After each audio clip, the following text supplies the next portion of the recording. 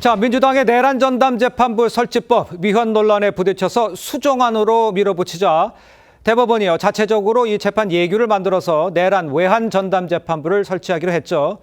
이러자 다시 민주당에서는 뒷북이다. 국민의힘에서는 민주당의 수정안도 위헌이다 이렇게 맞받았습니다. 한번 들어보시죠. 진작에 하시지 그랬어요. 이제 와서 뭐 하는 짓입니까? 지금까지는 내란 청산에 아무런 의지를 보이지 않다가 아니 회방만 하다가 뒤늦게 신용만 하는 조희대 사법부의 행태는 국민 기만, 국민 우롱에 지나지 않습니다.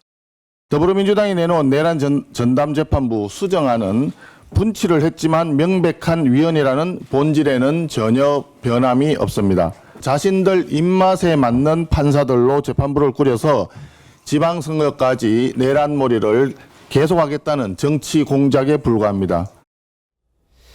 자, 그런데 이제 대법원이요 내란 재판부 예규를 이제 발표를 하자 민주당 율사 출신 의원들 김어준 씨 유튜브 방송에 나가서 자신의 안에 대한 이 입법 강행 의지를 강조를 했죠. 이것도 한번 직접 같이 들어보시죠. 눈 가리고 아웅을 했다는 거죠. 우리가 조금 더 강조해서 밀면 저는 대법원이 현재의 우리 법안을 받아들일 수 있다. 기존의 재판부에다가 내란 사건을 맡기겠다는 거예요. 무지하기로. 이걸 가지고 내란 재판을 맡았다고 이야기하고 있습니다. 이것은 어떻게 보면은 내란 지록 임하야 예규의 내용을 보면서 우리는 더욱더 우리가 추진하고 있는 법안을 통과시켜야 된다는 필요성을 느낀 거 아닙니까? 이제 이 부분과 관련해서 이제 맞서고 있는 이런 상황에 이제 상황을 좀 보면 앞으로 어떻게 될 건가? 국민의힘에서는 법안 철회를 요구하면서 이제 필리버스터를 예고를 했지만 민주당 등이 이제 거대 여당이라서 24시간 뒤에는 종결시킬 수 있는 상황이지 않습니까? 오늘 민주당 23일 본회의에서 내란 전담 재판부 설치법을 강행하겠다 상정해서 이런 반침이지 않습니까? 이렇다면 일방적으로 이제 처리가 되는 이런 상황이라고 보면 되겠습니까? 일단.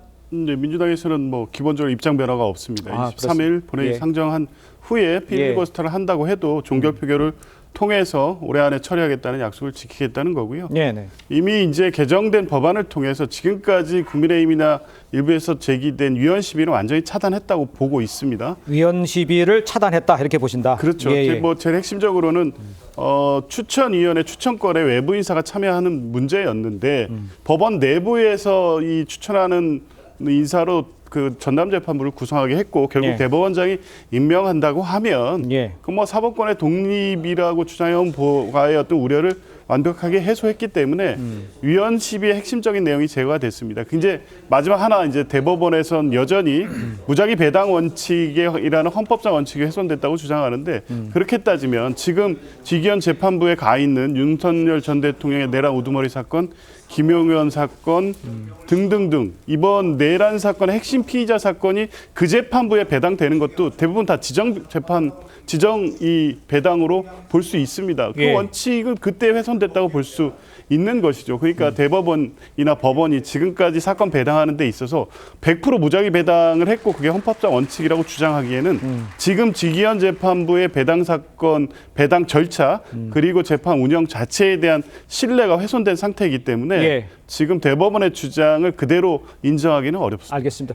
윤 변호사께 이렇게 여쭤볼게요. 지금 말씀하신 대로 외부에서 들어가는 거는 그걸 뺐기 때문에 위헌 시비 없다. 이거 어떻게 보시든지 얘기해 주시고 무작위 관한 부분에도 좀 지적을 해 주신 거. 요건 어떻게 답하시겠어요? 무작위 배당이라는 것은 판사의 행정적으로 법원장이 배당을 지시할 수도 없다는 취지예요. 네. 법원의 형사수석부장이 배당을 지시할 수도 없다는 겁니다. 그러니까 법원 내부 인원들이 특정 사건에 대해서 누구를 배당해 주십시오라고 할 수 없다는 게 외부 내부를 막론하고 그게 무작위 배당이에요. 예. 그런데 법원 내부의 판사회의 회의를 거쳐서 누구누구 배당을 한다? 있을 수 없는 거죠. 이거는 법조인들은 전부 아는 것임에도 불구하고 정략적 목적 때문에 저렇게 한다는 것.